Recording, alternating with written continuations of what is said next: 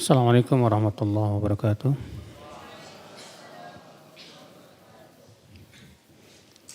Innal hamdalillah nahmaduhu wa nasta'inuhu wa nastaghfiruh wa na'udzu billahi min shururi anfusina wa min sayyiati a'malina.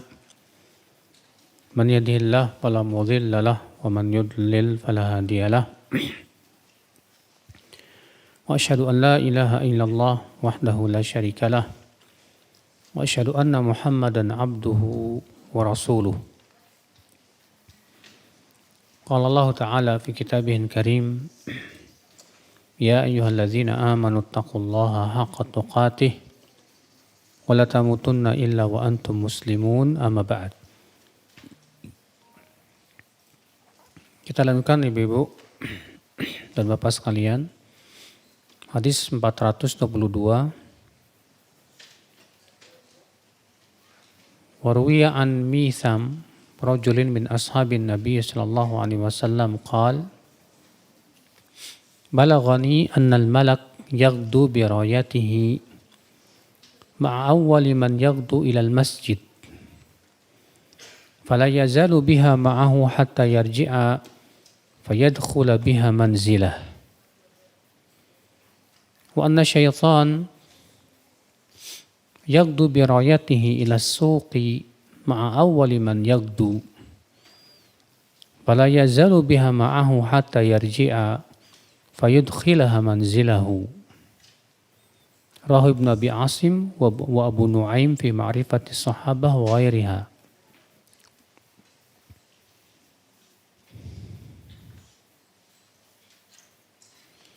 Dan diriwayatkan dari Mitham, seorang laki-laki dari sahabat Nabi sallallahu alaihi wasallam, bahwa beliau berkata, sampai kepadaku bahwa malaikat akan pergi dengan benderanya bersama orang yang pergi ke masjid pertama kali. Bersama orang yang pertama kali pergi ke masjid. Dan senantiasa ia memegang bendera tersebut bersamanya sampai ia pulang. Lalu ia pun masuk dengan membawa bendera tersebut ke rumahnya. Dan sesungguhnya syaitan pergi di waktu pagi dengan membawa benderanya ke pasar bersama orang yang pertama kali pergi ke pasar. Dan ia terus memegang bendera itu bersamanya sampai ia pulang dan ia pun memasukkannya ke rumahnya. Dikeluarkan Ibnu Abi Asim dan Abu Nuaim.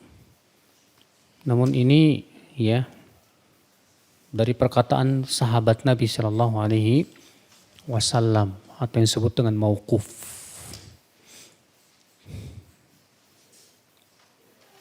Akan tetapi ya walaupun mauquf bisa dihukumi sebagai marfu karena ini bukan berasal dari ijtihad. Ya. Hadis ini menunjukkan Bapak dan Ibu keutamaan orang yang pertama kali pergi ke masjid. Orang yang pertama kali pergi ke masjid di waktu pagi ya. Maka akan berangkat bersamanya malaikat dengan membawa bendera. Dan malaikat itu terus menemaninya sampai ia pulang ke rumahnya dan ia masuk ke rumahnya tersebut. Dengan membawa benderanya tersebut, Masya Allah. Ini menunjukkan Bapak Ibu bahwa malaikat itu mencintai orang-orang yang bergegas pergi ke masjid. Iya. Mencintai orang-orang yang bergegas menuju kebaikan. Makanya kan kita disuruh oleh Allah ya segera bergegas. Allah berfirman wasari'u ila maghfiratin mir rabbikum. Hendaklah kalian bersegera bergegas kepada ampunan dari Rabb kalian. Ya. Hadis ini juga menunjukkan ibu-ibu dan bapak sekalian celaan terhadap orang yang pertama kali masuk pasar. Karena kata Nabi SAW, setan pergi ke pasar dengan membawa bendera bersama orang yang pertama kali pergi ke pasar. Iya. Nah, ternyata Masya Allah setan itu senang pergi ke pasar, Bu. Makanya dia pergi bersama orang yang pertama kali pergi ke pasar. Berarti kita nggak boleh pergi ke pasar dong Ustadz. Boleh nggak masalah. Iya, cuman usahakan jangan yang pertama kali masuk pasar. Belum ada orang, kita udah masuk pertama kali. Iya. Dan usahakan tentunya ibu-ibu kalau kita masuk pasar, jangan lupa doa masuk pasar. Ibu-ibu apal nggak Bu? Apa Bu? Doa masuk pasar apa? Zikir masuk pasar.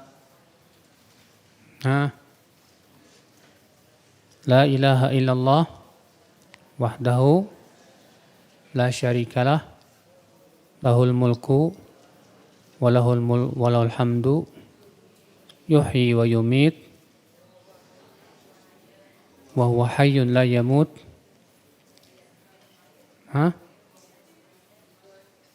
Terus wa huwa ala kulli syai'in qadir. Iya. Dan dianjurkan Ibu selama di pasar kita banyak-banyak zikir. Ya, selama di pasar kita dianjurkan banyak-banyak apa? Zikir, mengingat Allah Subhanahu wa taala.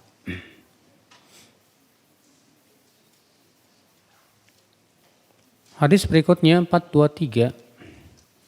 Wa an Abi Bakar bin Sulaiman bin Abi Hathmah anna Umar ibn al-Khattab radhiyallahu anhu faqada Sulaiman ibn Abi Hathmah fi salati subhi wa anna Umar ghada ila as-suqi wa maskanu Sulaiman bainal masjid was-suqi famarra ala shifa ummi Sulaiman faqala laha lam ara Sulaiman fi as-subhi faqalat innahu bata yusalli faghalabatu aynah faqala Umar la an ashhada salat as-subhi fi jama'ah ahabbu ilayya min an aquma laylah. Rawahu Malik. Dari Abu Bakar bin Sulaiman bin Abi Hathmah bahwasanya Umar bin Khattab pernah kehilangan Sulaiman bin Abi Hathmah di salat subuh. Dan bahwasanya Umar setelah salat subuh pergi ke pasar. Sementara rumah Sulaiman bin Abi Hathmah itu letaknya antara masjid dan pasar. Maka Umar pun melewati Syifa. Siapa Syifa? Yaitu ibunya Sulaiman bin Abi Hathmah. Lalu Umar bertanya kepadanya, tadi kok aku tidak melihat Sulaiman di salat subuh, kenapa ya? Kata ibunya, semalam ia sholat semalam suntuk. Sehingga ketiduran dia. Sehingga dia tidak ikut sholat subuh berjamaah. Apa kata Umar? La'an ashhada sholat subhi fi jama'ah ahabbu ilayya min an aquma laylah. Aku menyaksikan sholat subuh berjamaah lebih aku sukai daripada sholat malam semalam suntuk. Iya. Di sini Masya Allah ibu-ibu menunjukkan ya bahwa sholat subuh berjamaah itu lebih utama jauh dibandingkan dengan sholat malam. Maka salah kalau ada orang yang lebih mengejar sholat malam lalu sholat subuh berjamaahnya dia tinggalkan. Ini untuk laki-laki ya. Kenapa? Karena sholat subuh berjamaah itu hukumnya wajib apa sunnah? Wajib. Sedangkan sholat tahajud hukumnya apa? Sunnah. Bagaimana kita hendak lebih mengejar yang sunnah? Gara-gara itu akhirnya kita malah meninggalkan sesuatu yang sifatnya wajib. Maka Umar di sini mengajarkan. Kata Umar, aku menyaksikan sholat subuh berjamaah lebih aku sukai daripada aku sholat malam semalam suntuk. Ya, Masya Allah. Nah, di sini Ibu sebagai sebuah pelajaran buat kita bahwa jangan sampai kita demi mengejar yang sunnah malah melalaikan yang wajib. Salah besar. Karena yang wajib jelas lebih didahulukan daripada yang sunnah. Yang wajib lebih dicintai oleh Allah daripada yang sunnah.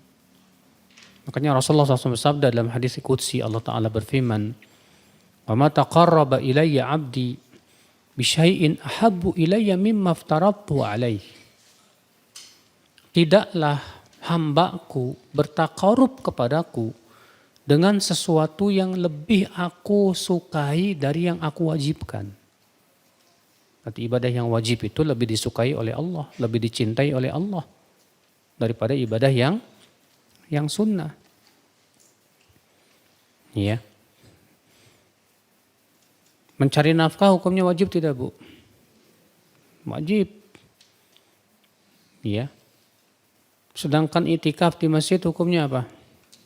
Sunnah. Tapi ada orang, Pak, demi untuk itikaf di masjid 3 hari, 7 hari, 40 hari, dia malah meninggalkan mencari nafkah buat anak dan istrinya. Ya. Padahal itikaf di masjid 3 hari, 7 hari, 40 hari juga nggak ada syariatnya. Ya. Ini jadi kalau kita dihadapkan pada 2 amal, coba kita lihat nih, mana yang wajib, mana yang apa? Yang sunnah. Nah, kalau kita sudah lihat dulu, oh ini wajib, ini sunnah, maka dahulukan yang mana? Yang wajib. Ibu kalau lagi dzikir pagi dan petang terus suaminya minta, dzikir pagi dulu atau melayani suami, Bu? Jelas harus, karena melayani suami hukumnya apa? Wajib. Dzikir pagi dan petang hukumnya apa? Sunnah. Ya. Nah ini kita harus cerdas. Ya, kalau misalnya ada 2 amal yang bertabrakan, yang harus kita pilih salah satunya, maka kita harus cerdas, harus faqih. Yaitu kita mendahulukan amal ibadah yang lebih dicintai oleh Allah. Kalau dua-duanya wajib gimana, Bu? Kalau dua-duanya wajib, maka kita dahulukan yang fardu ain daripada yang fardu apa? Kifayah. Ya. Kalau dua-duanya fardu ain gimana? Kalau dua-duanya fardu ain, maka kita lihat mana yang paling besar maslahatnya. Ya. Itu yang kita ambil. Makanya ada seorang laki-laki berkata, "Ya Rasulullah, aku diwajibkan ikut perang. Tapi masalahnya istriku mau pergi haji. Mana yang harus aku pilih nih ya Rasulullah? Ikut perang atau menemani istriku?" Apa kata Rasulullah SAW, Ibu? "Idhab wa hujja ma'amra'atik." Pergi kamu dan hajilah bersama istrimu.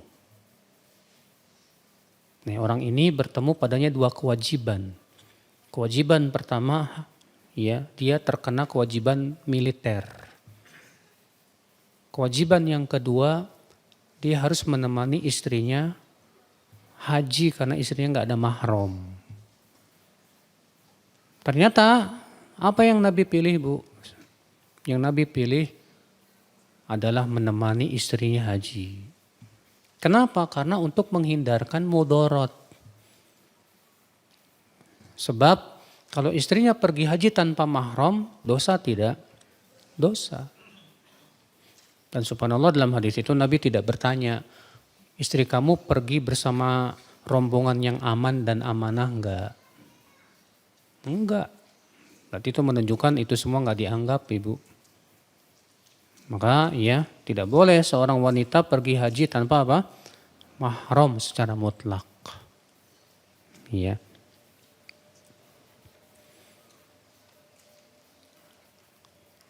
Hadis ini kita ambil faidah yang kedua.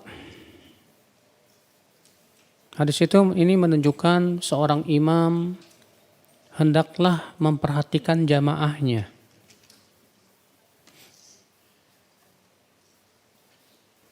Kadang ada jamaah yang tidak hadir, kita tanya kenapa dia nggak hadir.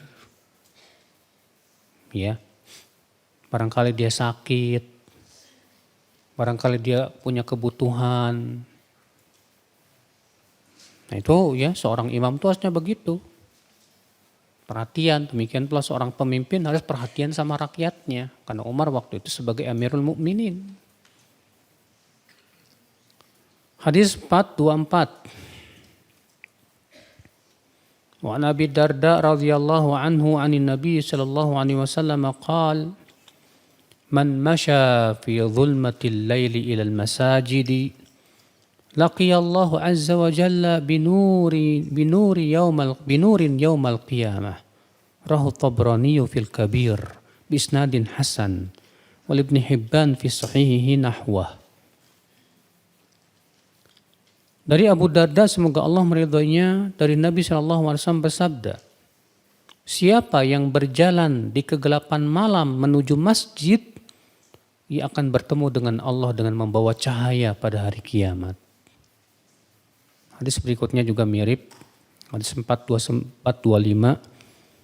dari Sahal bin Sa'ad As-Sa'idi, semoga Allah meridhoinya, ia berkata, Rasulullah SAW bersabda, Basyiril musya'ina fil dhalam ilal masajidi bin nurit tam yaumal qiyamah. Rawahu Ibnu Majah wa Ibnu Khuzaimah fi sahihi wal Hakim. Berikan kabar gembira kepada orang-orang yang berjalan di waktu gelap menuju masjid. Apa kabar gembiranya? Bahwa ia akan diberikan cahaya yang sempurna nanti pada hari kiamat. Masya Allah, di sini menunjukkan ibu-ibu ya, keutamaan orang yang pergi ke masjid dalam kegelapan malam. Walaupun gelap, nggak ada lampu, karena zaman Nabi kan nggak ada lampu ya. Cuman kalau di zaman sekarang Bu, alhamdulillah, zaman sekarang mah enak, jalannya udah pada terang. Cuma masalahnya yang gelap tuh hati kita. Ya. Jalannya terang, hatinya gelap, mau pergi ke masjid susah. Musibah. Kalau hatinya yang terang walaupun jalannya gelap Bu, jalan dia. Ya. Saya pernah ya bertemu dengan seorang laki-laki yang Masya Allah saya bilang ini hebat luar biasa Bu. Dia tinggal di pedalaman daerah Sumatera. Dia bilang, ya alhamdulillah rumah saya dengan masjid itu 5 kilo. Dan kalau ke masjid harus melewati hutan. Tapi alhamdulillah kata dia saya tidak pernah sekalipun absen dari sholat berjamaah. Ajib kata saya. Antum sholat subuh berangkat jam berapa? Jam 3. Iya. Melewati kegelapan begitu? Iya. Ya saya bawa senter lah kata dia. Antum nggak takut ada harimau apa? Ya saya tawakal sama Allah. Allah, saya bilang Bapak lebih baik dari saya ini Pak.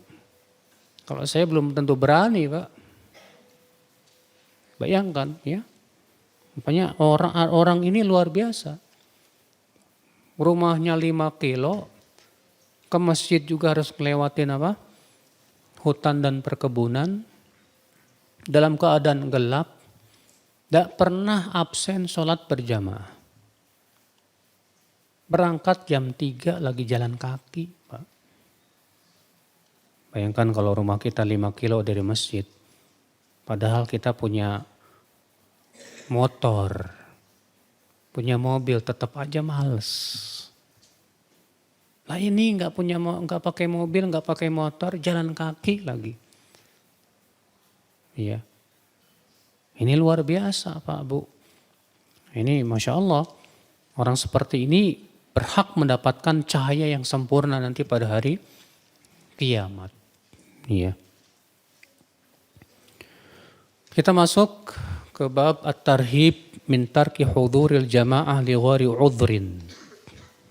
Ancaman meninggalkan sholat berjamaah tanpa ada udhur.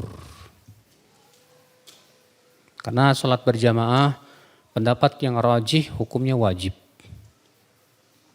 Sebagaimana sudah pernah kita bahas ya sebelumnya. Hadis 426. Wa an Ibnu Abbas radhiyallahu anhuma anna an-nabiy sallallahu alaihi wasallam qala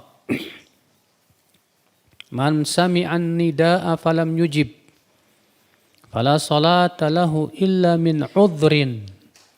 Rahul Qasim bin Asbaq fi kitabihi wa Ibnu Majah wa Ibnu Hibban fi sahihihi. Siapa yang mendengar adzan tapi dia tidak mendatangi, maka tidak ada sholat untuknya kecuali kalau ada uzur. Maksudnya apa? Tidak ada sholat untuknya. Apakah maksudnya tidak sah sholatnya, Pak? Iya. Maksudnya kata para ulama sholatnya itu tidak sempurna. Bukan tidak sah, saya sah. Cuman masalahnya dia berdosa.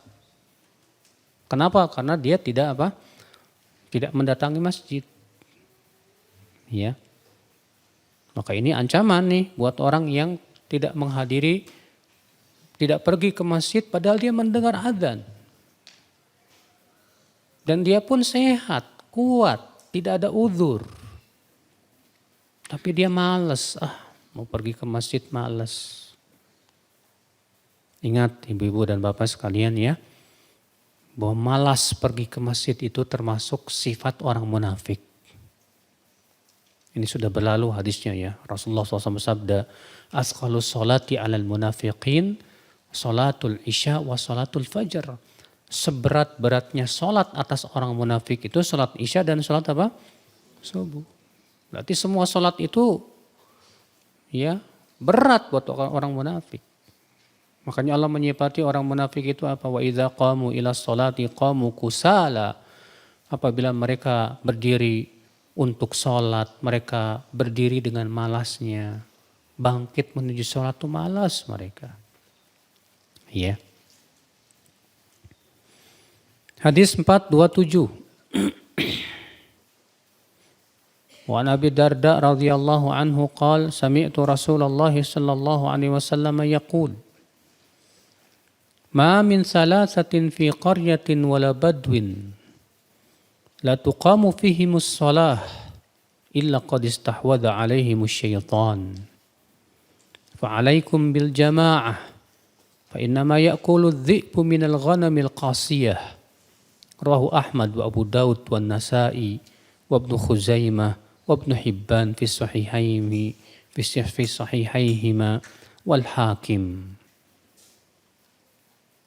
Wa taqaddama hadits Ibnu Mas'ud radhiyallahu anhu fihi walau annakum shallaitum fi buyutikum kama yusalli hadzal mutakhallif fi baitihi la taraktum sunnata nabiyyikum walau taraktum sunnata nabiyyikum la dhalaltum rawahu Muslim wa Abu Daud wa ghairuhuma.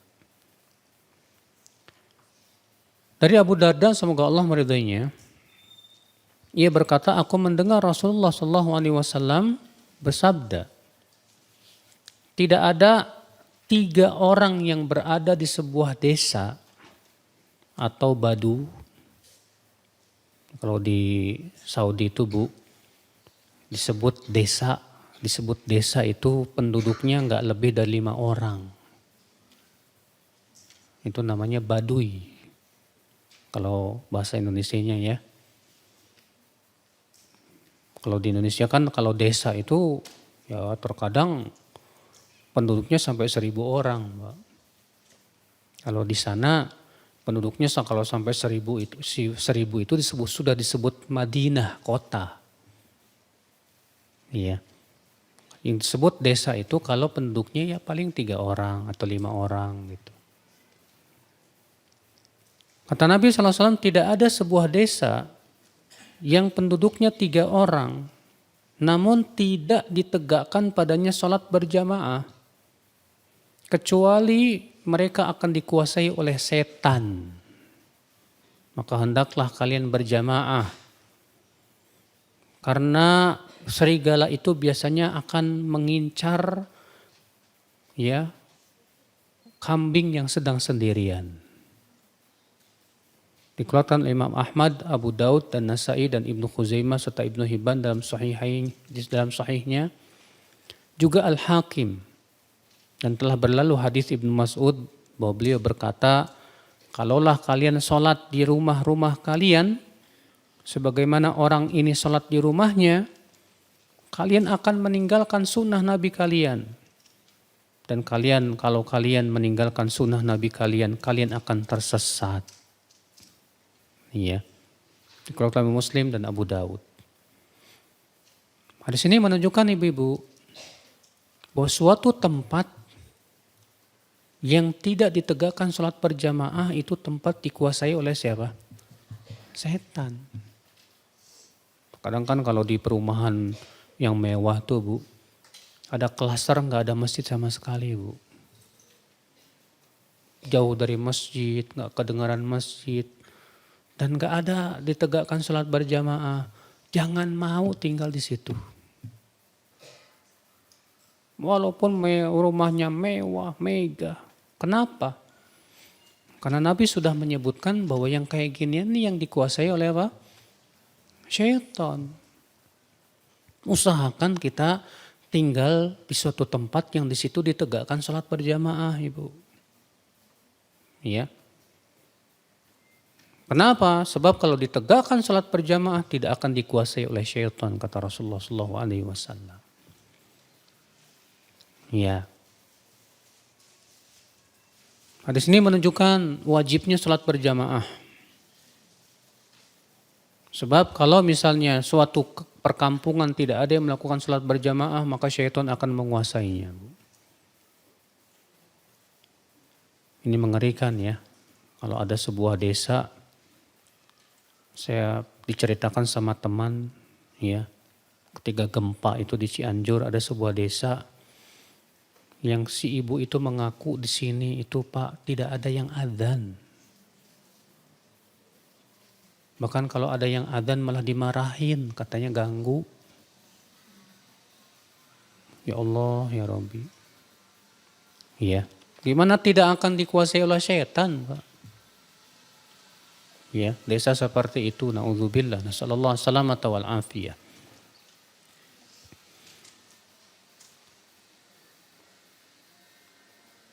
Hadis 428. An Abi Hurairah radhiyallahu anhu qala Rasulullah sallallahu alaihi wasallam,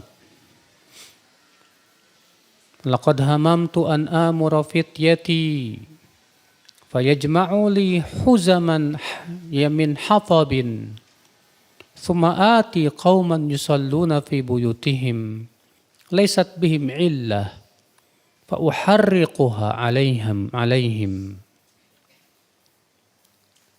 Dari Abu Hurairah, semoga Allah meridainya, bahwasanya ia berkata, Rasulullah SAW bersabda, sungguh aku ingin memerintahkan orang-orangku mengumpulkan kayu bakar.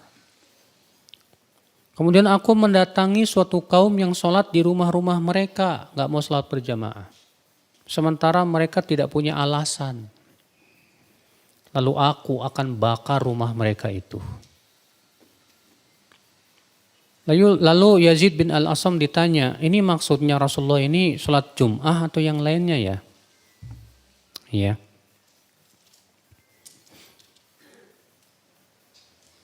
Maka dijawab bahwa ini mencakup semuanya.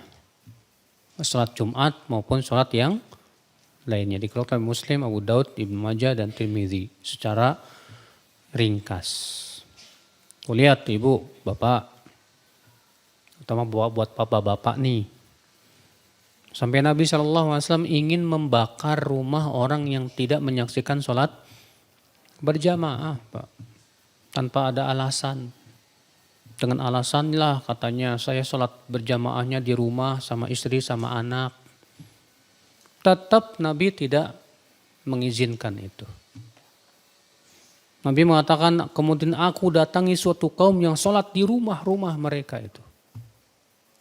Lalu aku akan bakar rumah mereka itu. Tapi Nabi tidak lakukan, kenapa? Karena kan di sana ada anak-anak dan wanita yang memang tidak wajib untuk apa? Ya tidak wajib sholat berjamaah. Ini menunjukkan Ibu, bahwa sholat berjamaah itu wajib buat laki-laki nih.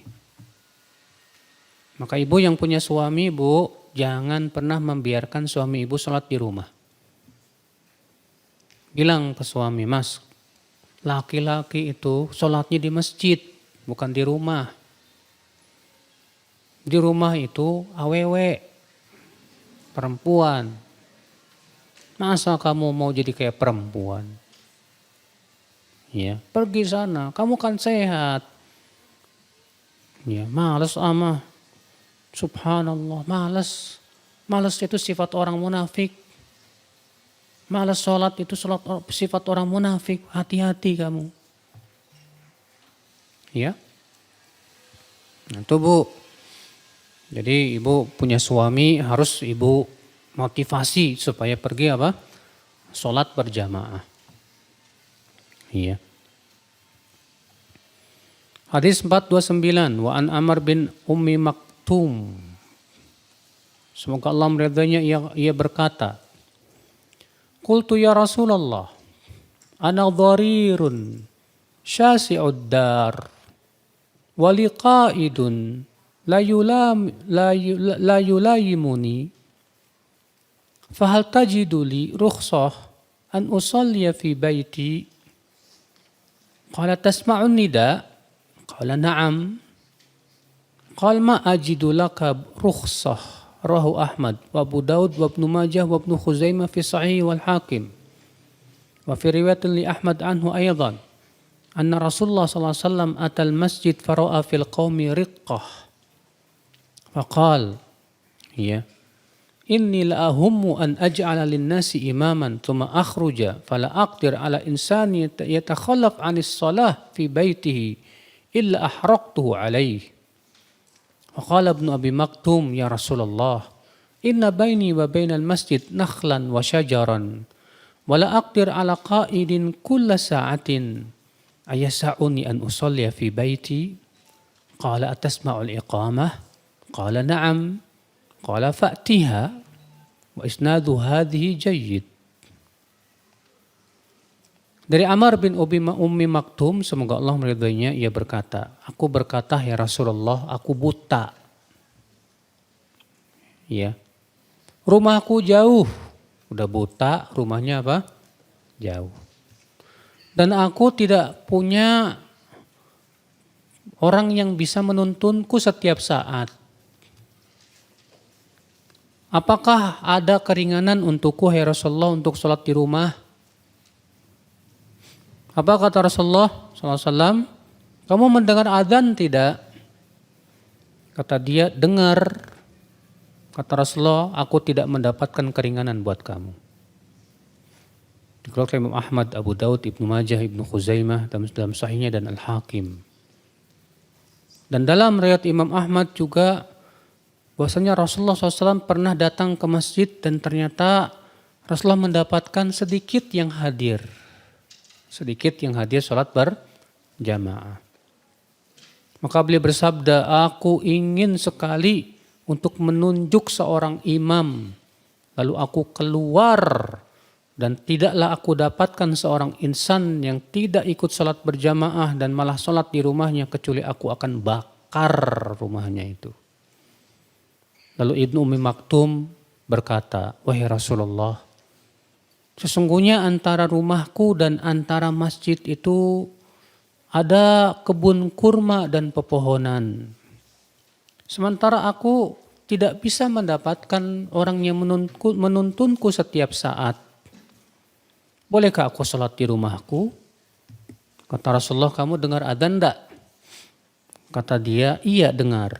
Kata Rasulullah, kamu harus datang. Iya. Nah, di sini ibu-ibu menunjukkan ya Bu ya, Bahwa kalau kita mendengar adzan, wajib kita mendatangi apa? Masjid. Iya. Kalau kita mendengar adzan, wajib kita datang ke masjid. Ini khusus laki-laki ya. Kalau ibu-ibu lebih baik di rumah. Tapi kalau mau ke masjid juga silakan, nggak apa-apa. Iya. Bayangkan ini orang buta, bayang. Yang namanya orang buta itu kan tahu sendiri, Bu. Dalam Al-Quran Allah menyebutkan bahwa orang buta itu termasuk orang-orang yang diberikan keringanan sebetulnya. Iya.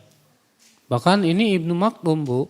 Rumahnya jauh dari masjid. Harus melewati kebun kurma lagi. Iya.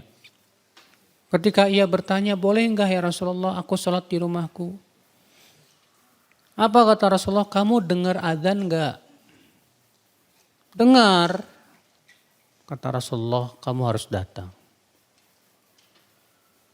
Masya Allah. Ternyata Ibnu Maktum walaupun buta tetap datang, Bu. Karena dalam satu riwayat disebutkan bahwasanya ya di perjalanan menuju masjid itu juga bukan hanya melewati kebun kurma, tapi melewati kandang binatang berbisa. Tapi tetap saja Nabi SAW menyuruh Ibnu Maktum untuk datang. Bahkan subhanallah Ibnu Maktum tetap datang, bahkan beliau menjadi muadzin. Ibnu Maktum itu termasuk muadzinnya Rasulullah Sallallahu Alaihi Wasallam. Karena biasanya Bilal bin Rabah kalau sholat subuh, kalau di subuh itu beliau adzan sebelum masuk waktu subuh. Nah, ketika telah masuk waktu subuh, maka yang adzan adalah Ibnu Ummi Maktum. Makanya Rasulullah bersabda dalam hadis, Inna Bilalan yu'adzin bilailin fakulu washrabu hatta yu'adzin Ibnu Ummi Maktum. Sesungguhnya Bilal adzannya di waktu malam. Maka makan minum sahurlah kalian. Sampai kalian mendengar adzannya Ibnu Ummi Maktum. Ya. Tuh lihat ibu, Masya Allah. Walaupun buta tetap jalan ke rumah. Ke masjid. Sementara zaman sekarang banyak yang melek. Bisa melihat. Tapi masalahnya hatinya buta. Mau pergi ke masjid susah. Berat. Subhanallah. Iya. Hadis ini menunjukkan ibu-ibu bahwa kalau seseorang tidak mendengar adzan maka tidak wajib pergi kemana? Ke masjid. Kalau misalnya rumahnya jauh dari masjid, tidak terdengar padanya apa? Adzan. Ya, karena Nabi SAW mengatakan, ya, kamu mendengar adzan enggak? Dengar hai Rasulullah. Datang. Berarti kalau kebalikannya, kalau Ibnu Maktum menjawab tidak hai Rasulullah, tidak terdengar, pasti Nabi tidak akan mewajibkan dia untuk apa? Datang. Tapi masalahnya itu tadi Pak. Ya, di tempat yang tidak terdengar adzan dan tidak ditegakkan sholat berjamaah dikuasai oleh siapa? Setan. Itu yang jadi masalah. Ya.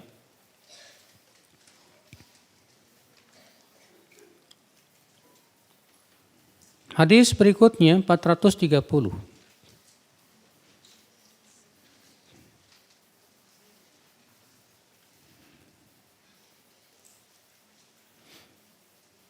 Wa an Abi Hurairah radhiyallahu anhu qala atan Nabiy sallallahu alaihi wasallam rajulun a'ma faqala ya Rasulullah laisa li qa'idun yaquduni ila al-masjid fasa'ala Rasulullah SAW an yurakhkhisa lahu fayusalli fi baitihi farakhkhasa lahu falamma walla da'ahu faqala hal tasma'u an-nida'a bis-shalah faqala na'am qala fa'ajib rawahu Muslim wan Nasa'i wa ghairuhuma.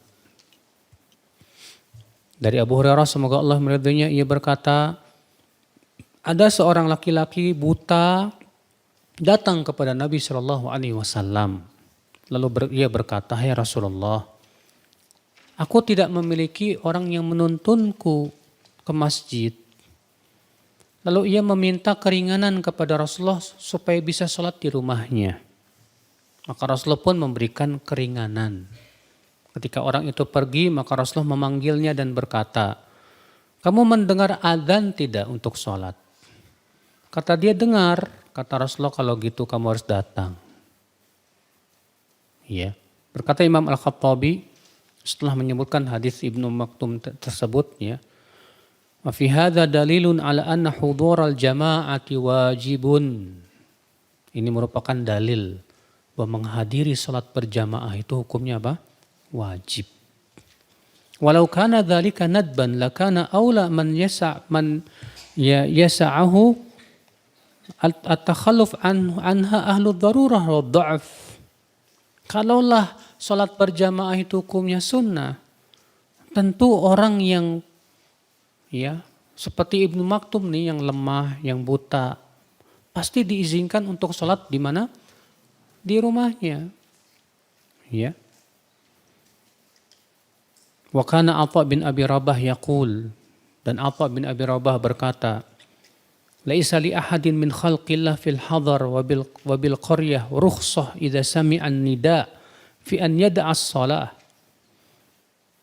Tidak ada keringanan buat orang yang mendengarkan adzan, baik dia di pedesaan ya ataupun bukan, untuk meninggalkan salat berjamaah. Berkata Imam Al-Auza'i, "La ta'ata lil walid fi tarkil jamaah wal jamaat." Tidak boleh menaati orang tua yang menyuruh kita meninggalkan salat berjamaah. Ini kalau misalnya orang tua melarang, "Enak, ngapain kamu salat berjamaah? Enggak usah, salatnya sini aja." Maka tidak boleh ditaati. Kenapa? Karena ini namanya menaati orang tua dalam rangka memaksiati Allah. Ya. Nah ini ibu-ibu. Hadis 431. Wa an Abi Sya'tha al-Muharibi qala, "Kunna qu'udan fil masjid, fa'adzana al-mu'adzin, faqama rajulun minal masjid yamshi, fa'atba'ahu Abu Hurairah basarahu hatta kharaja minal masjid, faqala Abu Hurairah, amma hadza faqad 'asa Abul Qasim, rawahu Muslim wa ghairuhu." Dari Abu Sya'tha al-Muharibi, ia berkata, kami pernah duduk-duduk di masjid. Lalu muadzin pun adzan. Lalu ada seorang laki-laki bangkit dari masjid dan berjalan untuk keluar. Maka Abu Hurairah terus melihati dia sampai dia keluar masjid. Lalu Abu Hurairah berkata, sesungguhnya orang itu telah memaksiati Rasulullah sallallahu alaihi wasallam. Hadis ini diriwayatkan Muslim dalam sahihnya ibu-ibu. Hadis ini menunjukkan Bu ya, kalau sudah dikumandangkan adzan tidak boleh keluar masjid sampai salat berjamaah. Kecuali kalau keluarnya kita karena mau wudu atau mau buang air misalnya. Masuk adzan muadzin kentut. Akhirnya kita keluar untuk berwudu. Seperti ini nggak masalah ya. Tapi kalau sudah adzan, akhirnya dia tetap pulang, nggak boleh. Dan ini hukum berlaku juga untuk wanita, Bu. Jadi kalau ibu-ibu sudah ada di masjid, kemudian muadzin adzan, maka ibu tidak boleh pulang. Dengan alasan kan wanita lebih baik di rumah, Ustadz. Iya, masalahnya ibu sudah ada di masjid tapi sudah dikumandangkan padanya apa? Adzan. Ya. Sampai Abu Hurairah mengatakan orang ini sudah memaksiati Rasulullah sallallahu alaihi wasallam. Ya. Hadis 432. Wa an Ibnu Abbas radhiyallahu anhuma aidan qala man sami'a hayya 'alal falah falam yujib faqad taraka sunnata Muhammadin Rasulillah sallallahu alaihi wasallam. Rawahu Tabrani fil Awsat bi isnadin hasan. Siapa yang mendengar panggilan hayya 'alal falah, mari menuju kepada keberuntungan, tapi ia tidak mendatangi panggilan tersebut, sungguh ia telah meninggalkan sunnah Nabi Muhammad sallallahu alaihi wasallam. Tuh lihat Bu, dipanggil hayya 'alal falah, artinya apa? Mari kepada keberuntungan. Masa diajakin kepada sesuatu yang menguntungkan kita nggak mau? Maunya yang nggak nguntungin gimana coba? Cuma masalahnya ya itulah Bu ya. Banyak orang kalau sudah cinta dunia menganggap keuntungan itu cuma dunia. Coba aja kalau diumumkan, Bapak ya setelah sholat zuhur nanti setiap orang dapat uang 1 juta. Kira-kira hadir nggak Pak? Waktu udah penuh itu rumah masjid itu. Subhanallah Ibu. Ternyata banyak orang itu lebih tertarik kepada pahala dunia dibandingkan dengan pahala apa? Akhirat. Dipanggil kepada sholat, dipanggil kepada keuntungan akhirat, ya pahala yang besar. Nggak ada sama sekali tertarik Ibu. Tapi kalau mendengar ada keuntungan dunia, baru dia tertarik. La haula wa la quwata illa billah. Seakan-akan Ibu, dia orang ini mau hidup di dunia selamanya kali. Beginilah ya. Keadaan orang-orang yang tertipu oleh kehidupan apa? Dunia. Maka jangan sampai Ibu-ibu, Bapak ya, kita lebih tertarik kepada pahala dunia dibandingkan dengan pahala apa? Akhirat. Orang yang beriman harusnya lebih tertarik dengan pahala akhirat. Iya. Hadis 433, wa an Usama ibni Zaidin radhiyallahu anhu qala Rasulullah sallallahu alaihi wasallam, la yantahiyanna rijalun an tarkil jama'ah aw la uharriqanna buyutahum. Rawahu Ibnu Majah. Rasulullah SAW bersabda, hendaklah orang-orang para lelaki itu berhenti dari meninggalkan sholat berjamaah, atau aku akan bakar rumah-rumah mereka itu. Lihat ya. Sampai Nabi memperingatkan, hendaklah para laki-laki itu berhenti dari meninggalkan sholat apa? Berjamaah. Atau aku akan bakar rumah mereka itu. Masya Allah. Ya. Ini mengerikan, ini ancaman nih. Ya buat orang-orang yang malas pergi sholat berjamaah ini Bu. Hadis 434 an Abi Burdah an Abi radhiyallahu anhu qala Rasulullah sallallahu alaihi wasallam, man sami'a nidaa farighan sahihan falam yujib fala salatalah. Siapa yang mendengar azan padahal dia kosong, artinya enggak ada kesibukan yang penting banget.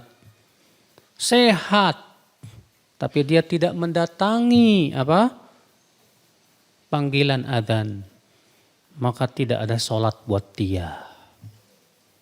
Dikatakan Imam Al-Hakim dari riwayat Abu Bakar bin Ayyash, dari Abi Husain, dari Abu Burdah.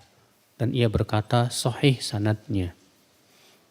Al-Hafidh Ibnu Hajar mengatakan yang sahih ini mauquf dari perkataan Abu Musa Al-Asy'ari. Iya. Tuh lihat ya, orang yang mendengar adzan padahal dia kosong, dia bisa mampu pergi ke masjid, nggak ada kesibukan apa-apa. Beda kalau misalnya ada kesibukan, contohnya gimana Bu? Contoh misalnya kita sedang kerja di perusahaan nih. Di perusahaan istirahatnya misalnya jam 12:30. Sementara zuhurnya jam 12. Terdengar adzan jam 12. Sementara kita masih kerja dan belum waktunya istirahat. Boleh nggak kita tinggalkan pekerjaan? Nggak boleh. Kenapa? Karena itu amanah. Iya. Maka itu uzur. Boleh dia nanti setelah 12:30 baru sholat berjamaah bersama teman-temannya. Iya. Ya, seperti itu nggak apa-apa ibu-ibu dan bapak sekalian. Karena itu termasuk uzur ya. Baik, kita masuk ke bab berikutnya, at-targhib fi sholatin nafilah fil buyut. Anjuran untuk sholat sunnahnya di rumah. Kalau sholat masjid di mana? Sholat wajib di mana? Di masjid ya. Kalau sholat sunnah dianjurkannya di mana? Di rumah. Hadis 435. Wa an Ibnu Umar radhiyallahu anhuma anna an-nabiy sallallahu alaihi wasallam qala ij'alu min salatikum fi buyutikum wa la tattakhidhuha qubura. Rawahul Bukhari wa Muslim wa Abu Daud wa Tirmidzi wa Nasa'i. Dari Ibnu Umar, semoga Allah meridhoinya, bahwasanya Nabi sallallahu alaihi wasallam bersabda, hendaklah kalian jadikan sebagian sholat kalian, itu sholat sunnah maksudnya, itu di rumah kalian. Dan jangan kamu jadikan rumah kalian seperti kuburan. Hadis ini menunjukkan ibu-ibu, ya sangat dianjurkan sholat sunnahnya di mana? Di rumah. Iya. Dan hadis ini juga menunjukkan ibu-ibu, dilarang rumah kita seperti kuburan. Kenapa? Karena kuburan itu bukan tempat sholat. Kuburan bukan tempat ibadah. Maka kalau rumah kita tidak ditegakkan padanya sholat, tidak dibacakan padanya Al-Quran, kayak kuburan. Cuman di zaman sekarang malah kebalik ya Bu ya. Malah kuburan yang rame. Malah orang-orang pergi ke kuburan malah sholat di sana, baca Quran di sana, rumahnya ngelompong. La haula wala quwata illa billah. Iya. Padahal kuburan bukan tempat ibadah, bukan. Makanya Nabi melarang kita menjadikan rumah kita seperti apa? Kuburan. Kata Ibnu Hajar, li'annal kubur atau makbarah laisa makanan lil ibadah, bukan tempat ibadah. Karena kuburan bukan tempat ibadah, maka jangan jadikan kuburan sebagai tempat ibadah. Justru rumah kita yang harus kita makmurkan dengan ibadah, Bu. Iya. Banyak di antara kita, Bu, rumahnya makmurnya sama musik. Dangdutan lah, rock and roll lah, ya, kerokean. Kalau diperdengarkan murotal Al-Quran, malah nggak suka, Masya Allah. Iya, mengerikan itu ibu-ibu sekalian ya. Justru kita berusaha ya, rumah kita yang kita tinggalkan itu menjadi surga buat kita, Bu. Jadikan rumah kita itu tempat yang paling aman dari fitnah, Bu. Makanya Rasulullah SAW ketika menyebutkan kepada Abdullah bin Amr bin Al-As, "Kaifa bika ya Abdullah idza kunta fi huthalatin minan nas?" Apa sikap kamu ya Abdullah kalau kamu tinggal di sebuah tempat yang orang-orangnya sudah rusak? Apa kata Rasulullah? Ilzam baitak. Banyak-banyak tinggal di rumah. Ternyata ibu, di zaman yang penuh fitnah, kita jadikan rumah tempat yang paling aman dari apa? Fitnah. Sementara kita malah menjadikan rumah kita banyak fitnahnya, Pak, Bu. Iya. Hadis 436.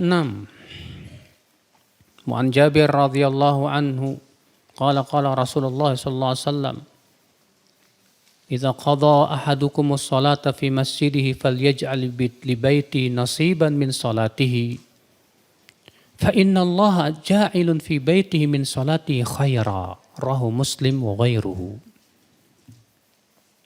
Dari Jabir bin Abdullah, semoga Allah meridainya, ia berkata, Rasulullah SAW bersabda,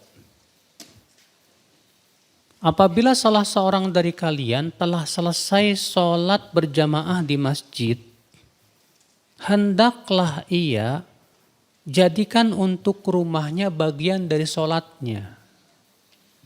Karena Allah akan menjadikan kebaikan di rumahnya dengan sholatnya tersebut. Masya Allah. Lihat ibu-ibu, ya. Nabi menyuruh ya. Katanya kalau kata Nabi tadi apa? Kalau seseorang sholat berjamaah di rumah, hendaknya sholat sunnahnya di mana? Kalau sholat berjamaah di masjid, maaf.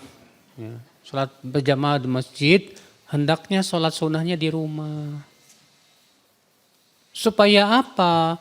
Karena selupanya Bu, sholat sunnah di rumah itu akan memberikan kebaikan dalam rumah kita. Barokah dalam hidup dalam rumah kita, Masya Allah. Kan kalau rumah kita dipenuhi dengan kebaikan, Masya Allah banget ya. Ya.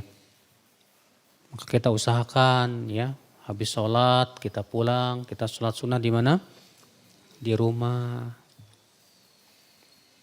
Hadis 438. Wa Nabi Musa al-Ash'ari radhiyallahu anhu anin Nabi sallallahu alaihi wasallam qala: "Mathalul baiti alladhi yudhkaru Allahu fihi wal baiti alladhi la yudhkaru Allahu fihi mathalul hayy wal mayyit." Rawahul Bukhari wa Muslim. Dari Abu Musa al-Ash'ari, semoga Allah meridainya, dari Nabi sallallahu alaihi wasallam bersabda, perumpamaan rumah yang tidak disebut nama Allah padanya dengan rumah yang tidak disebut nama Allah padanya, ya, perumpamaan rumah yang disebut nama Allah padanya dengan rumah yang tidak disebut nama Allah padanya, itu sama dengan orang yang hidup dan orang yang mati. Masya Allah, bayangkan Pak Bu, kalau rumah kosong dari zikir, kosong dari sholat, kosong dari baca Quran, itu kata Rasulullah kata kayak mayat itu. Jadi rumah mayat itu hakikatnya rumah apa? Rumah yang tidak disebutkan padanya nama Allah sama sekali. Itu rumah mayat tuh Bu.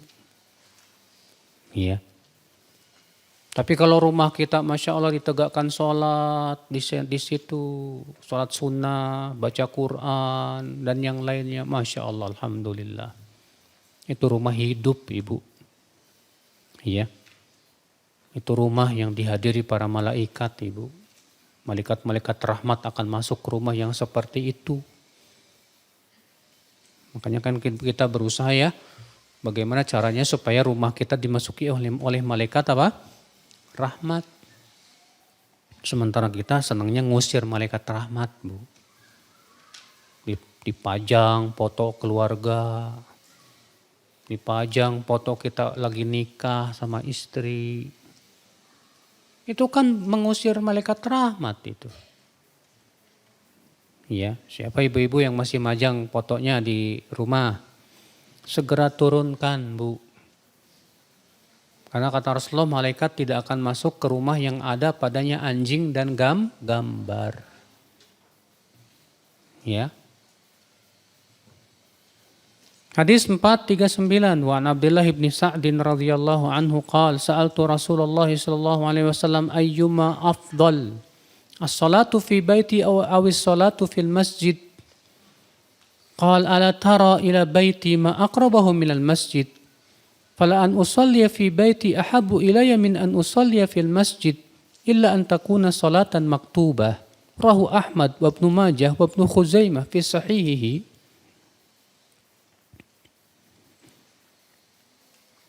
Dari Abdullah bin Sa'ad, semoga Allah meridainya, aku bertanya kepada Rasulullah SAW, hai Rasulullah, mana yang lebih utama, sholat di rumahku atau sholat di masjid? Kata Rasulullah, tidakkah kamu lihat rumahku ini dekat banget ke masjid. Sungguh aku sholat di rumahku lebih aku sukai daripada sholat di masjid kecuali sholat 5 waktu. Sampai Rasulullah SAW mengatakan begitu Pak Ibu.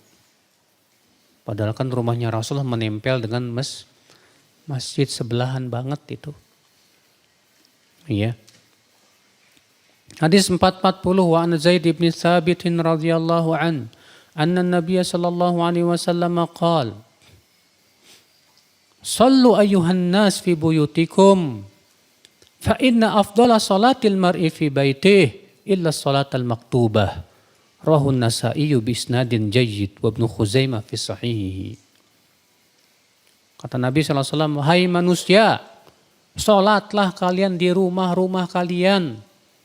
Karena seutama-utama sholat seseorang itu di rumahnya. Kecuali sholat yang 5 waktu. Sholat wajib. Tuh lihat sampai Nabi menganjurkan, hai manusia, sholatlah kalian di rumah-rumah kalian. Maksudnya sholat sunnah. Ya. Bahkan Nabi mengatakan bahwa sholat sunnah itu lebih utama, Bu. Lebih afdol. Nabi mengatakan seutama-utama sholat seseorang itu di rumahnya. Tuh lihat, Masya Allah. Hadis 441. Wa an rajulin min ashabi Rasulillahi sallallahu alaihi wasallam. Arahu rafa'ahu qal. Fadlu salatir rajul fi baitih. Ala salati haitsu yarahu nas. Kafadlil faridah ala tatawwu'. Keutamaan sholat seseorang di rumahnya itu sholat sunnah. Iya. Di atas sholatnya di saat orang melihatnya itu sholat berjamaah. Itu bagaikan keutamaan sholat wajib di atas sholat sunnah di masjid. Masya Allah. Jadi Ibu, sholat sunnah, sholat wajib di rumah, sholat wajib di masjid. Itu kan jauh lebih utama dibandingkan sholat wajib di mana? Di rumah. Berapa kali lipat? 27 kali lipat. Ternyata sholat sunnah di rumah sama pahalanya dengan tingkatannya sama dengan sholat wajib di masjid. Ya, Masya Allah. Berarti sholat sunnah di rumah lebih utama jauh dibandingkan dengan sholat sunnah di mana? Di masjid. 27 kali lipat. Ya.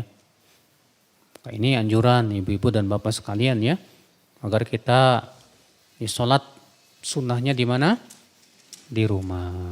Terus Ustadz, kan ada hadis yang menyebutkan tentang keutamaan menunggu sholat sampai sholat berikutnya Ustadz.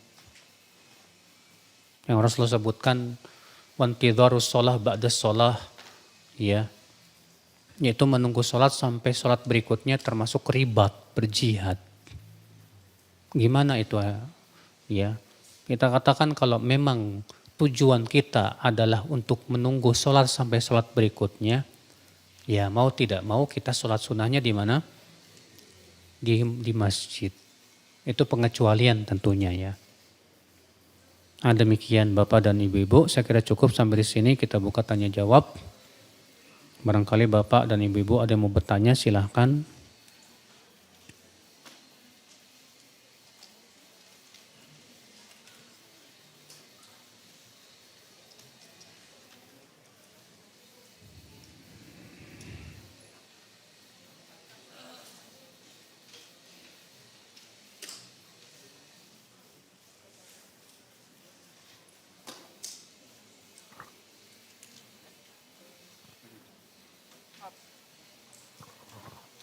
Bismillahirrahmanirrahim.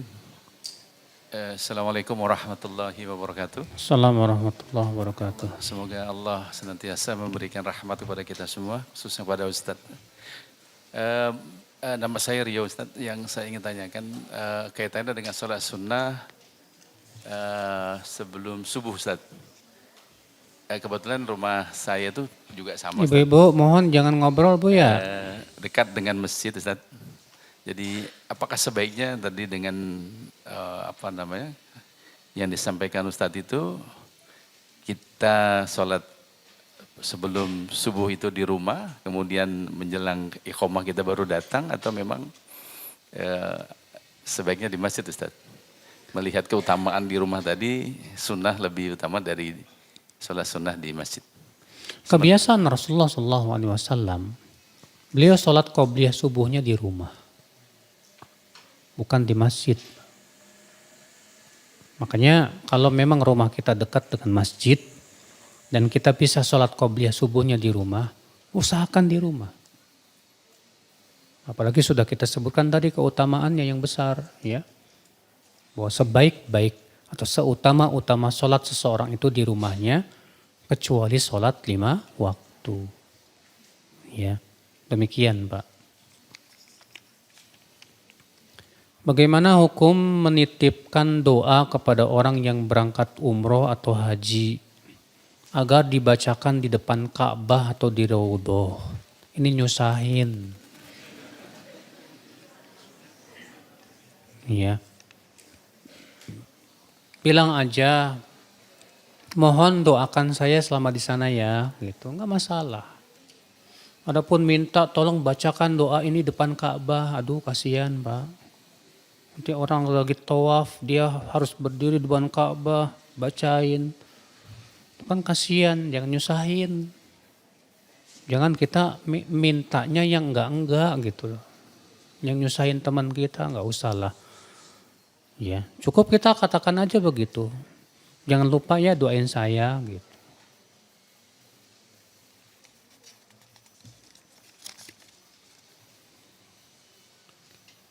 Apa perbedaan Yaumul Bid, puasa di tengah bulan?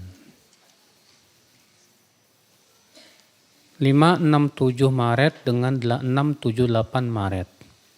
Yang benar itu 13, 14, 15 Hijriah. Iya. Sekarang jadi masalah. Gimana kalau beda kalender? Tetap yang menjadi patokan kita kalender pemerintah. Karena memang yang punya tugas dalam Islam yang ditugaskan untuk menentukan penanggalan itu mereka. Bukan organisasi, bukan siapa-siapa. Iya.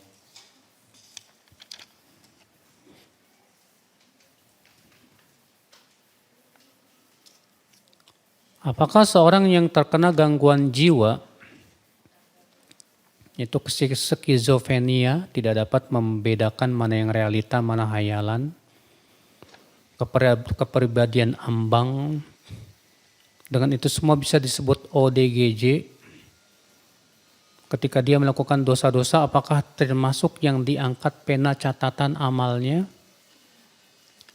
Yang jadi masalah, saat dia melakukan dosa itu sadar apa gelo?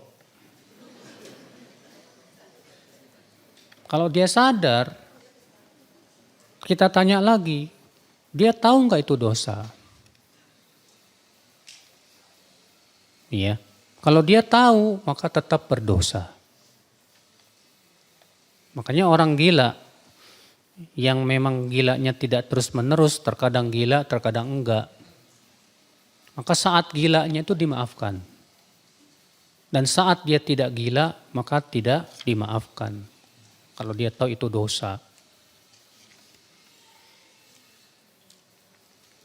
Jika kita sholat saat sujud tertutup dengan mukena yang kita pakai, apakah sholat kita sah? Sah tapi makruh. Ya, para ulama membedakan antara kain yang menempel dengan tubuh kita dengan kain yang lepas.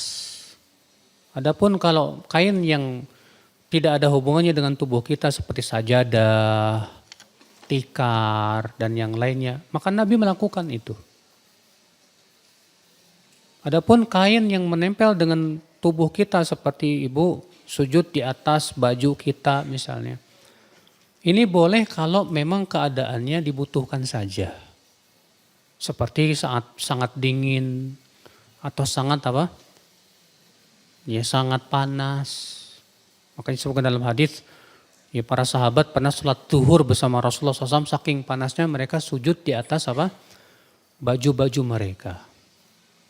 Berarti itu menunjukkan mereka tidak pernah melakukan sholat di bagian baju mereka saat tidak ada dibutuhkan. Sah sholatnya tapi makruh. Iya. Ibu-ibu jangan ngobrol. Kenapa ya ibu-ibu kalau tanya jawab tuh selalu ngobrol? Iya. Ustadz, apakah jika dahulu kita lalai atau meninggalkan puasa Ramadan tanpa udzur syar'i, apakah perlu diqadha Ustadz? Khilaf para ulama tentang orang yang meninggalkan Ramadan tanpa udzur. Apakah dia wajib mengqadha ataukah dia tidak ada qadha baginya dan tidak ada manfaatnya qadha buat dia? Jumhur ulama mengatakan dia tetap wajib mengqadha. Sementara Syekh Albani merojihkan pendapat yang mengatakan tidak ada qadha untuknya karena di qadha pun gak ada manfaatnya. Kenapa? Karena dia tinggalkan tanpa udzur. Sebab kalau yang ditinggalkan tanpa udzur bisa diqadha, ini namanya meremehkan, Pak. Iya. Dan itulah pendapat yang paling kuat insya Allah.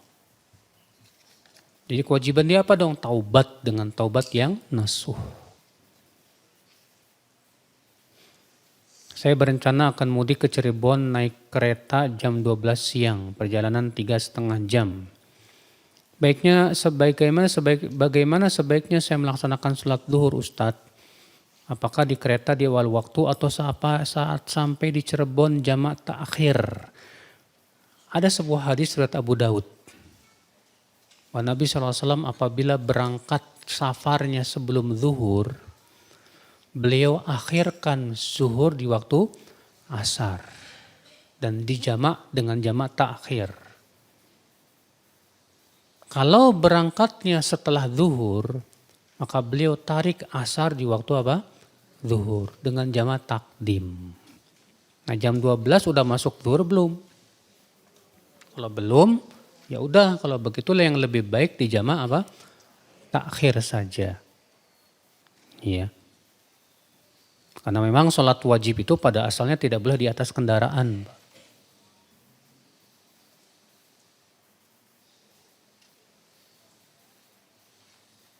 Bagaimana sebaiknya sholat wajib bagi suami saya Ustadz saat di Cirebon? Apakah di rumah berjamaah dengan saya qashar atau ke masjid? Ketahuilah, musafir tidak wajib sholat berjamaah. Beda dengan orang yang mukim. Kalau mukim memang wajib sholat Jadi wajibnya sholat berjamaah itu buat mereka yang bukan mukim. Buat yang mukim, maaf. Adapun yang musafir maka tidak wajib sholat berjamaah. Namun, mana yang lebih utama buat musafir? Sholat berjamaah atau mengqashar? Syekh Utsaimin menjawab yang lebih utama tetap sholat berjamaah. Namun kalau dia lebih memilih sholat di rumah dan mengqashar itu tidak dosa. Karena itu hanya sebatas masalah keutamaan saja. Iya.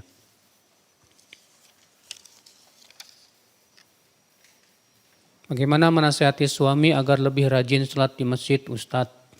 Sudah saya usahakan agar sekalian menjemput anak yang mengaji di masjid.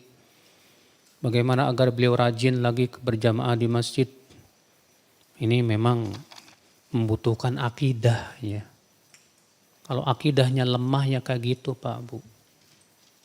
Coba Ibu bacakan saja sama Ibu hadis-hadis dan ayat tentang keutamaan memakmurkan masjid. Bilang, Mas, Masya Allah ini ada hadis bagus banget loh. Tentang keutamaan kemana? Ke masjid. Bahkan di sini Nabi mengancam loh Mas. Iya. Cuma terkadang ya itu kalau rasa takut kepada Allahnya kurang dibacain 1000 ayat juga cuek aja. Kenapa? Ya karena ngikutin hawa nafsu. Ya. Maka yang perlu diperbaiki pada waktu itu apanya? Akidahnya.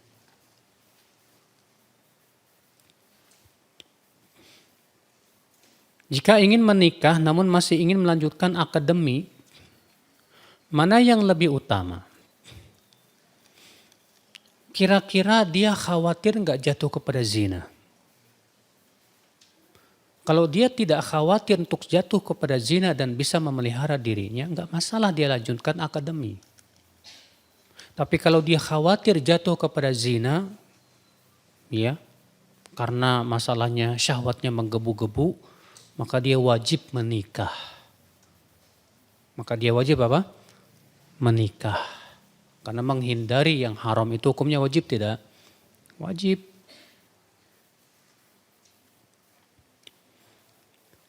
Apa hukumnya mengucapkan doa ini kepada orang yang ulang tahun? Barakallahu fi amrik. Ulang tahunnya sendiri enggak sesuai dengan Islam. Itu termasuk tasyabuh, menyerupai orang Nasrani. Masa kita doakan orang yang sedang tasyabuh? Ya. Jadi gimana dong? Doainnya gini, Allah yahdik. Semoga Allah memberimu hidayah. Ya.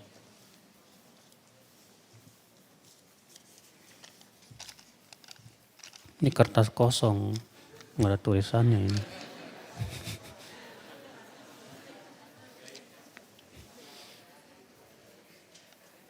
Kalau kata orang sufi katanya cuma bisa yang bisa baca orang tertentu saja, Pak.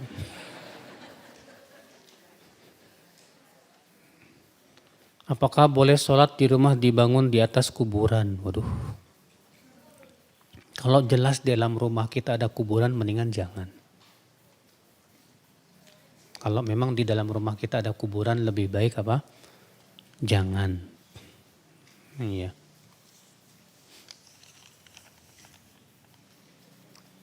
Jika turun hujan, boleh sholat wajib di rumah kah Ustadz? Hujan yang bagaimana ya Ustadz? Para ulama mengatakan bahwa hujan termasuk udzur bolehnya kita tidak pergi kemana? Ke masjid.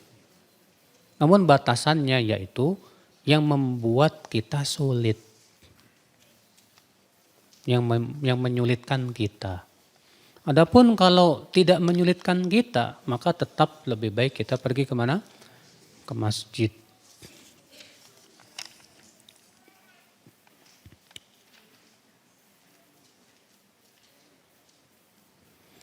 Kalau baca Al-Quran sampai selesai membacanya misalnya 3 lembar, lalu membaca artinya, atau per lembar sambil membaca artinya. Kalau membaca Al-Quran saja tidak membaca artinya boleh enggak? Pertama Ibu, membaca Al-Quran tanpa artinya saja tetap dapat pahala. Karena Rasulullah SAW, man qara Al-Quran falahu bikulli harfin hasanah wal hasanatu bi asyri amthaliha. Siapa yang membaca Al-Quran maka ia mendapatkan kebaikan dalam setiap hurufnya. Yaitu 10 kebaikan dalam setiap huruf.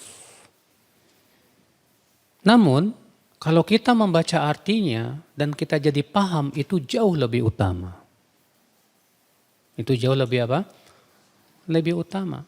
Jadi yang lebih bagus gimana Ustaz?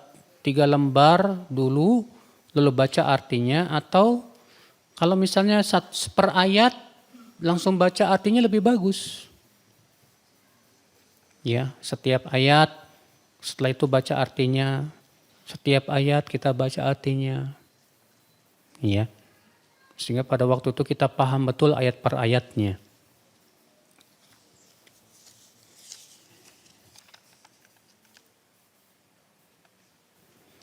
Salat rawatib zuhur lebih utama yang 4 rakaat atau yang 2 rakaat? Yang lebih utama tentu yang 4 rakaat. Kecuali kalau memang ya orangnya sibuk misalnya. Hanya bisa 2 rakaat ya udah. Dan untuk zikir petang apakah ada batasan waktu sampai maghrib saja atau bagaimana? Disebut petang itu dimulai dari setelah asar Pak Bu. Iya, sampai isya. Jadi kalau kita baca setelah maghrib gak masalah. Karena itu masih waktu apa? Petang, sore. Suami saya kalau sholat subuh rajin banget Ustadz, gak pernah lalai. Tapi kalau sholat zuhur, asar, maghrib, dan isya malah di rumah, aduh.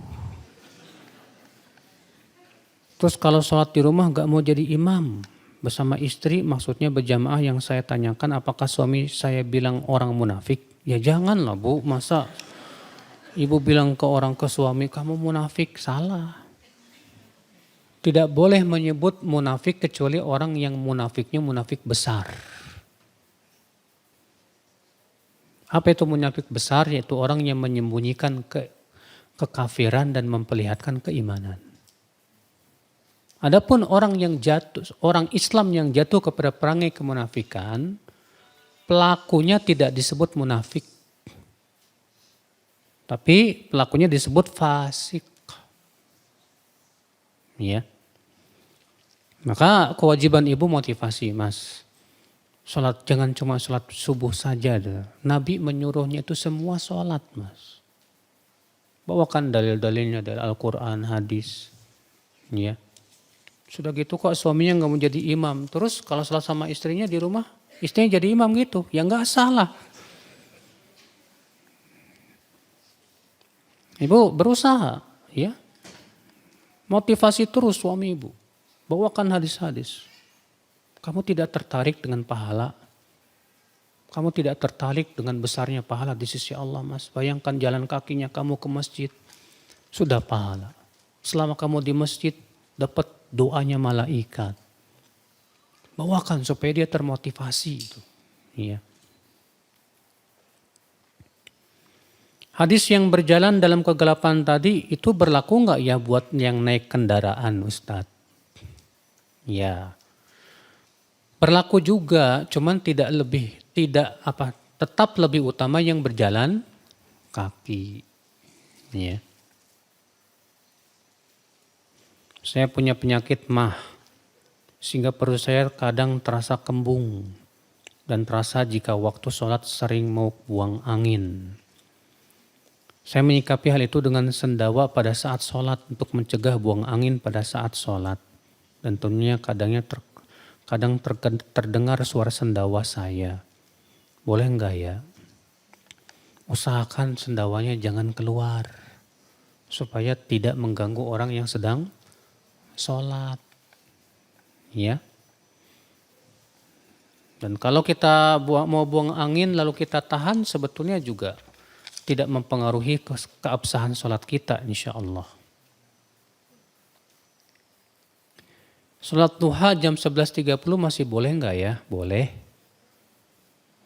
Karena kan sholat duha itu batasannya dari semenjak terbit matahari ya sampai sebelum zuhur. Ya. Adapun kalau matahari sudah tepat berada di langit, itu waktu yang terlarang untuk apa? Sholat.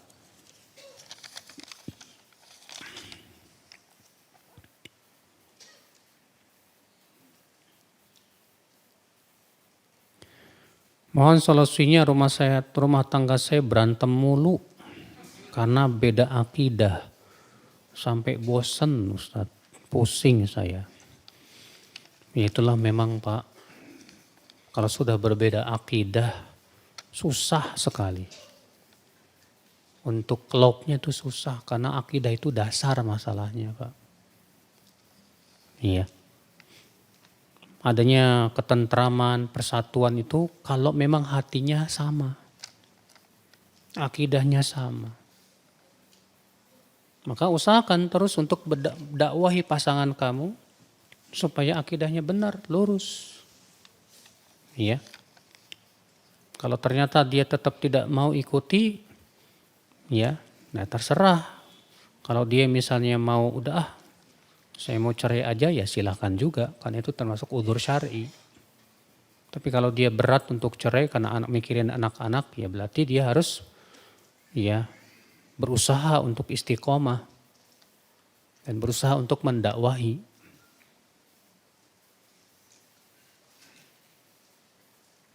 Kalau di tanah suci, sholat di masjid atau di hotel ya Ustadz? Begini Bu, kenapa Nabi SAW menganjurkan wanita sholat di rumah? Apa alasannya, apa ilatnya wanita itu dianjurkan sholat berjamaah, sholatnya di mana? Di rumah. Karena keluarnya wanita itu fitnah. Karena keluarnya wanita itu apa? Fitnah. Nah, fitnah ini ilat alasan disyariatkan atau dianjurkannya wanita sholat di rumah. Nah, fitnah ini ada enggak di tanah suci? Kalau ada, berarti yang lebih baik di mana? Iya, di hotel. Terus enggak dapat dong keutamaan 100.000. Pendapat yang rajih wallahu alam yang saya pilih bahwa 100.000 itu Bu